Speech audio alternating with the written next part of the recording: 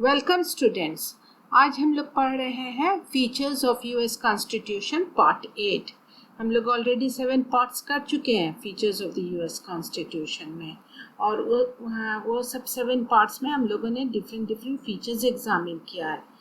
First part में जैसे हमने आप लोगों को पढ़ाया है, इंट्रोड्यूस किया है टू द यूएस कॉन्स्टिट्यूशन कि how did the US constitution came into being. Philadelphia convention में it was drafted in 1787 and then it was adopted in 1789। और तब से उनका यही सेम कॉन्स्टिट्यूशन 1789 से लेकर आज तक सेम कॉन्स्टिट्यूशन उनका चल रहा है। US Constitution. It is one of the oldest constitution in the world. तो इस तरह हम लोग फर्स्ट पार्ट में वो एग्जामिन किए थे। सेकेंड पार्ट में हम लोगों ने देखा था अबाउट पॉपुलर सॉवरेंटी कि यूनाइटेड स्टेट्स में पॉपुलर सॉवरेंटी है, लोकप्रिय संप्रभुता है वहाँ पे। देन थर्ड पार्ट में हम लोगों ने देखा था कि there is the US constitution is a written constitution, कि वो लिखित संविधान है, अमेरिकी संविधान लिखित संविधान है। और वो वहाँ पर हम लोगों ने उसके 7 अनुच्छेद को देखे थे। The US constitution consist of only 7 articles. तो वो 7 अनुच्छेद हम लोगों ने एग्जामिन किया था पार्ट 3 में। देन पार्ट 4 में हम लोग कहते कि the US constitution is a rigid constitution, कि अमेरिकी संविधान जो है कठोर और अपरिवर्तनशील संविधान है। और वहाँ पर फिर हम लोग उसी पर एग्जामिन कर लिए थे कि किस तरह से कठोर है। तो वहाँ पर जो संशोधन प्रक्रिया है वो डिफ़िकल्ट है, कि वहाँ का the amendment procedure is a difficult procedure. तो वहाँ पर हम लोगों ने अमेंडमेंट प्रोसीजर एग्जामिन किया था, संशोधन प्रक्रिया पार्ट 4 में हम लोगों ने देखा था।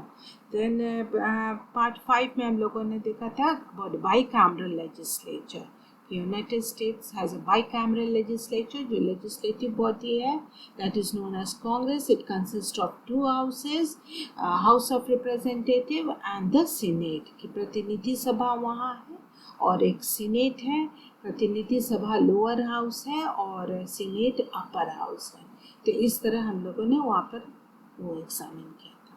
Then in part 6 we have seen that the US Constitution provides for a presidential type of government, कि वहाँ पर presidential form of government है और president किस तरह से वहाँ पर है, उनके पास उनका पावर हम लोग एग्जामिन किया था। अभी डिटेल में नहीं देखे हम लोग, फिर एग्जामिन बाद में उसको डिटेल में जाएंगे, बस अभी फीचर्स देख रहे थे। And then in part 7 last, इसके पहले वाले जो हम लोग किए जस्ट पहले, उसमें हम लोग देखे हैं कि वहाँ पर सुप्रीमेसी ऑफ जुडिशरी है। जो जुडिशरी है वहाँ उसका सर्वोच्चता है, न्यायपालिका की सर्वोच्चता, वो हम लोगों ने देखा था पार्ट 7 में। अब हम लोग पार्ट 8 में आ गए हैं, features of US constitution part 8। यहाँ पर हम लोग दूसरा कोई एक फीचर एग्जामिन करेंगे। अब हम लोग ऑलमोस्ट एंड पर आ रहे हैं, एक और लेक्चर होगा इसके बाद। तो आज हम लोग एक डिफरेंट फीचर हम लोग एग्जामिन करेंगे। आज हम लोग देखेंगे सेपरेशन ऑफ पावर्स, कि यूनाइटेड स्टेट्स में क्या है, there is a separation of powers, कि शक्तियों की पृथक्करण है। वहाँ पर ये भी एक विशेषता है अमेरिकी संविधान की, कि वहाँ शक्तियों का पृथक्करण के बारे में दिया गया है। तो वो क्या है, the term separation of power was coined bye 18th century philosopher Montesquieu. ये टर्म सेपरेशन ऑफ पावर, शक्तियों की पृथक्करण, 18वीं शताब्दी के दार्शनिक मॉन्टेस्क्यू द्वारा दिया गया था। ये कौन से फिलोसोफर इसको दिए हैं, मॉन्टेस्क्यू का है अबाउट सेपरेशन ऑफ पावर्स। तो वो हम लोग यहाँ पर देखेंगे। सेपरेशन ऑफ पावर्स अगेन एक बहुत ही unique feature, typical feature of US Constitution. वो यहाँ पर है। Now what is it?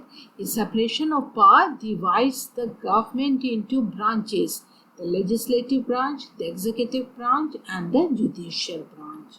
कि जो शक्तियों की पृथक्करण है वो सरकार की शाखाओं में विभाजित करता है। और वो 3 शाखाएं हैं, वो कौन से हैं, विधायिक शाखा, कार्यकारी शाखा और न्यायिक शाखा। ये तीन में डिवाइडेड है, हाँ, लेजिस्लेटिव, एग्जीक्यूटिव एंड जुडिशरी। विधायिक है, कार्यकारी है और न्यायपालिका है। तो इस तरह से तीन Now, each branch of the government has separate and independent powers. हर जो ब्रांच है, ये जो तीन शाखा है, वो सब में का क्या है, अपना सेपरेट और इंडिपेंडेंट पावर्स है ईच ब्रांच को, कि उसको जो सरकार की जो ये सारी शाखाएं हैं, तीन शाखा, तो सब अलग अलग है, सब जो है शाखा आपके पास अलग और स्वतंत्र शक्ति है। लेजिस्लेटिव ब्रांच के पास अपना लेजिस्लेटिव पावर्स है, एग्जीक्यूटिव ब्रांच के पास अपना एग्जीक्यूटिव पावर्स है, और जुडिशरी जो ब्रांच है उसके पास जुडिशियल पावर्स है। तो all three have separate and independent powers, and no one branch is more powerful than the other. और कोई भी एक शाखा दूसरे की तुलना में अधिक शक्तिशाली नहीं है, सबके पास अपना पावर्स का डिवीजन है, और कोई भी एक को नहीं कह सकते कि ये ज़्यादा पावरफुल है, सबके पास अपना पावर्स है, अलग अलग है। तो कोई भी ओवरराइड नहीं कर सकता है on the powers of the other, या एनक्रोच नहीं कर सकता है the powers of the other. तो इस तरह से सबका can not, and no branch can even act as an in an arbitrary way, कि वो अपने मनमानी वे में एक्ट नहीं कर सकता।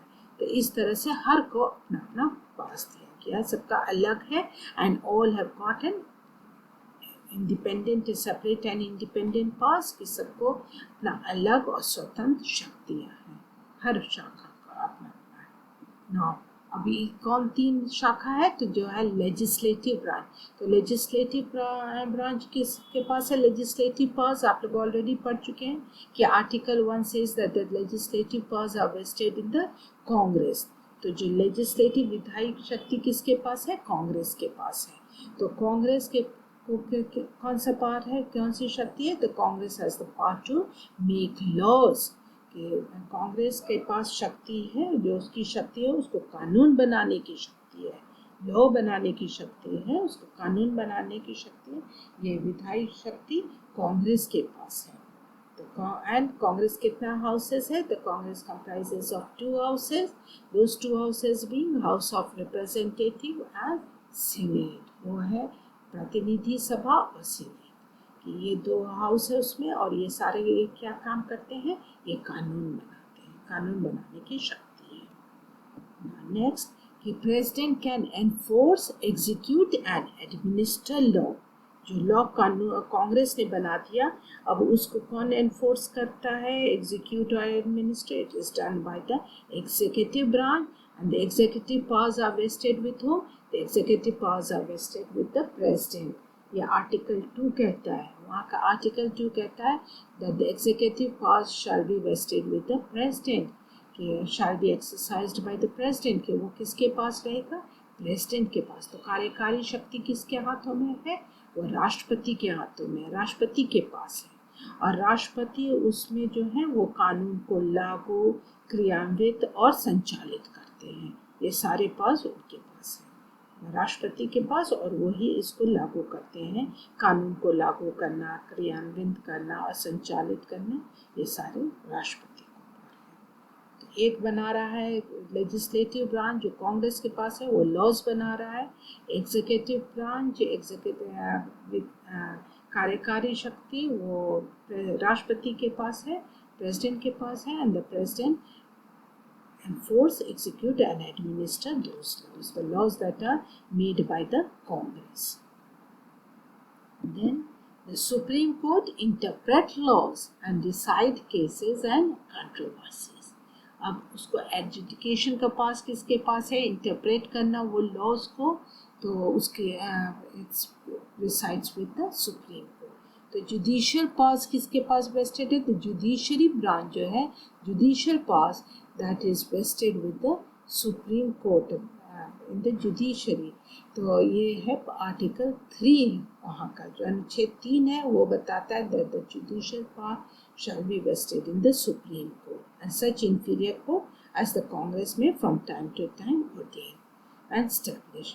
ये दिया हुआ है उनके आर्टिकल 3 में। तो आर्टिकल 3, और ये सुप्रीम कोर्ट का क्या पावर है? जो लॉज बना दिए कांग्रेस ने, जो लॉज बनाया जिसको प्रेसिडेंट ने एनफोर्स, एग्जीक्यूट और एडमिनिस्टर किया, उसको इंटरप्रेट कौन करेगा?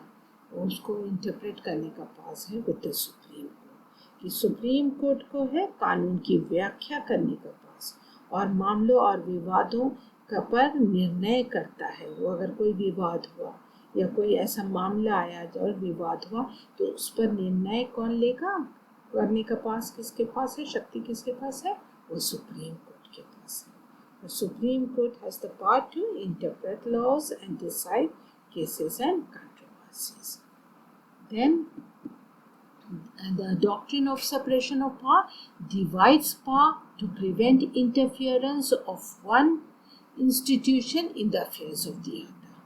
तो इस तरह से ये डॉक्ट्रिन ऑफ पावर वहाँ, doctrine of separation of powers वहाँ काम करता है यूनाइटेड स्टेट्स ऑफ अमेरिका में, कि वो डिवाइड कर देता powers into the 3 branches, into the 3 organs. Those 3 organs being the legislature, the executive and the judiciary, and it also prevents interference of one organ over the powers or affairs of the other organ. तो इस तरह शक्तियों का पृथक्करण का सिद्धांत एक संस्था को दूसरे के मामलों में हस्तक्षेप को रोकने के लिए शक्ति को विभाजित करता है, कि एक जो है दूसरे के इसमें हस्तक्षेप नहीं करे, दूसरे की शक्ति में हस्तक्षेप नहीं करे। तो इस तरह यहाँ पर शक्ति का पृथक्करण है। शक्ति का पृथक्करण किसके बीच में है?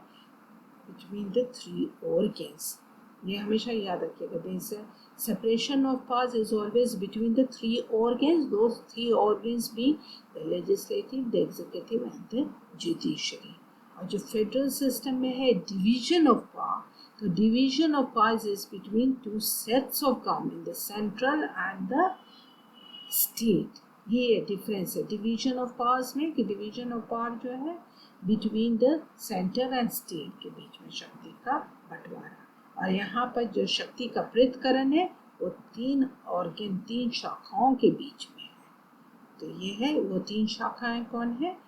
Legislature, executive and judiciary. विधायिका, कार्यकारी और न्यायपालिका, इन तीनों के बीच में शक्ति का बंटवारा है, शक्तियों का पृथक्करण है। ये देखिए सेपरेशन ऑफ पावर्स यहाँ पर भी है कि यूनाइटेड स्टेट्स कॉन्स्टिट्यूशन में अभी हम आपको बता रहे थे, एक आर्टिकल 1, आर्टिकल 2, आर्टिकल 3, नीचे जो 3 स्क्वायर्स दिया हुआ है, ब्लॉक्स दिया हुआ है, उसमें तीनों आर्टिकल दिया है। तो आर्टिकल 1 क्या है? लेजिस्लेटिव ब्रांच के बारे में बताता है कि लेजिस्लेटिव पास किसके पास रहेगा, तो that is vested with the Congress. और कांग्रेस का क्या पावर है? To make laws. तो कांग्रेस जो है कानून को बनाता है। फिर article 2 deals with the executive powers, वो कार्यकारी शक्ति से डील करता है। और वो क्या आर्टिकल 2 क्या कहता है? That the executive power shell be vested with the president, की जो कार्यकारी शक्ति है वो किसके पास रहेगा? वो राष्ट्रपति के को पास रहेगा। तो ये कार्यकारी शक्ति राष्ट्रपति को क्या है? टू एनफोर्स लॉ, कि वो जो लॉज कांग्रेस बना रहा है उसी लॉ को कौन एनफोर्स करता है, उसको कौन लागू करता है? तो वो राष्ट्रपति करते हैं। राष्ट्रपति को ये पास है टू एनफोर्स द लॉज। फिर है article 3 deals with the judicial branch, with the judiciary. Article 3 says that the judicial powers shall be vested with the Supreme Court and such inferior court as the Congress may from time to time ordain and establish. तो ये है यहाँ पर supreme court है, और supreme court का क्या पास है? सुप्रीम कोर्ट का पास है टू इंटरप्रेट द लॉज।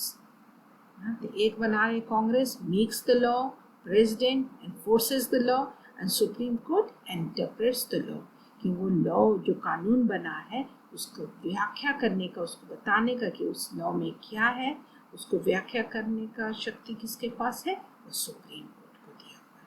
तो इस तरह से शक्तियों का पृथक्करण and has separation of powers in United States of America. So this is a unique feature, very important feature for the US Constitution. तो वहाँ का एक बहुत important feature है separation of powers.